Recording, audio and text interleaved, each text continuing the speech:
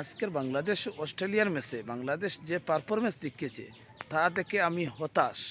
আর শুধু আমি হতাশ না, গোটা বাংলাদেশের মানুষই হতাশ।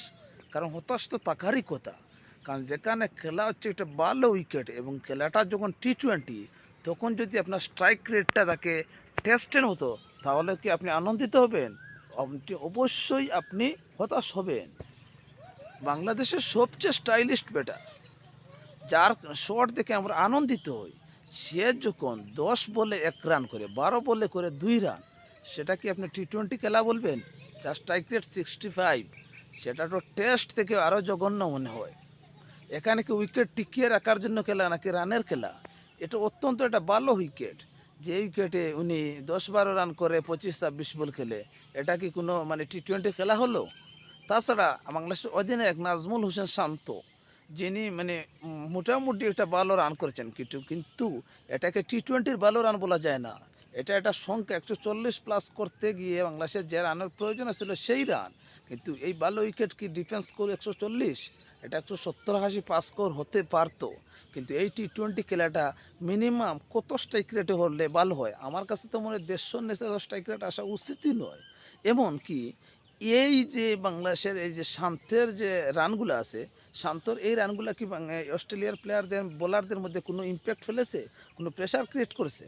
প্রেশার ক্রিয়েট করেছে শুধুমাত্র একটি ব্যাটসম্যানের রান। আমার কাছে মনে হয়েছে সে হচ্ছে তাওহিদ হৃদয়, যে 28 বলে 40 রানের মতো একটা রান করেছে, যেটা একটা প্রেশার ক্রিয়েট করেছে। আর কোনো ব্যাটসম্যানই এটা প্রেশার ক্রিয়েট করতে পারেননি। এটা অত্যন্ত দুঃখজনক যে 109 স্ট্রাইক রেটে, 180 স্ট্রাইক রেটে ব্যাটিং করার কথা রাখলেও করছে 109 স্ট্রাইক রেটে, 80 স্ট্রাইক রেটে, 90 স্ট্রাইক রেটে। এটা টি-20-র জন্য যায় না। তাছাড়া এটা স্লো উইকেট না রে ভাই, এটা হচ্ছে একটা কি উইকেট? এটাই হচ্ছে একটা ট্রু উইকেট, গুড উইকেট, যেখানে ইজিলি বল বেটে আসছে, সেখানে বাংলাদেশের ব্যাটসম্যানরা টাচও করতে পারছে না। কারণ আমাদের শক্তি কম, আমরা কি কাঁঠাল কম খাই, আমরা কি আম কম খাই, না আমরা কি মাংস কম খাই, নাকি আমাদের টাকার অভাব? কোনো কিছুর অভাব নাই রে ভাই, আমাদের অভাব হচ্ছে মন মানসিকতার। আমরা এই ধরনের big score, big shot, big six, hard hitters batsman আমাদের নাই। আমরা 140 রান, 150 রান আমরা এই ধরনের উইকেটে খেলে অভ্যস্ত। তাহলে আমরা কি করব? তাই আমাদের বাংলাদেশের যারা দর্শক আছে ভাই, বেশি চাওয়ার কিছু নাই। এই জগতে হায় সেই বেশি চায় যার আছে বুড়ি বুড়ি। আমরা এত বুড়ি বুড়ি টাকার সত্ত্বেও আমরা কেন চাচ্ছি? কারণ আমরা 2007-এ আমরা টি-20 সুপার 8 কোয়ালিফাই করেছি, আর করেছি 24-এ। কেন গনে গনে করবো কেন? কারণ সুপার 8-এ গিয়ে তো আবার সব ম্যাচ হেরে চলে আসবো। এ লজ্জা রাখি কোথায়? তাইলে এই লজ্জা খাওয়ার কোনো তো প্রয়োজন নাই রে ভাই। এখন হচ্ছে এই যে গ্রীষ্মকাল শেষ হয়ে গেছে, আমরা যে আম কাঁঠালি যেটা বলে, মামার বাড়ির রসের দিনে আম কুড়াতে সেই আম কুড়াতে যাব। সেই আম যদি আমরা খেলতে গিয়ে যদি সেই আম শেষ হয়ে যায়, তাহলে আমরা কোথায় পাবো? এই যে গাছের কাঁঠালগুলো আছে, এই কাঁঠালগুলো যদি শেষ হয়ে যায়, তোমরা কোথায় পাবে রে ভাই? তোমরা যা খেলেছো, ভালো খেলেছো, তার জন্য আমরা গর্বিত, আমরা আনন্দিত। 140 রান করেছো অস্ট্রেলিয়ার মতো দলের সাথে, যার সাথে আমরা বিশ্বকাপ কোনোদিনই জিতি নাই।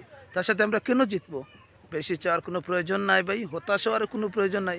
ভালো খেলেছো, অভিনন্দন বাংলাদেশ ক্রিকেট টিম। ইন্ডিয়ার সাথে যদি তোমরা যদি পাস করে যাও, যদি জিতে যাও, তাহলে ওয়ার্ল্ড কাপ চ্যাম্পিয়ন আমরা ধরে নিতে পারি। কারণ ইন্ডিয়া হচ্ছে আমাদের সবচেয়ে বড় প্রতিপক্ষ। ভালো খেলে যাও, সামনের ম্যাচের জন্য শুভকামনা। ধন্যবাদ তোমাদেরকে।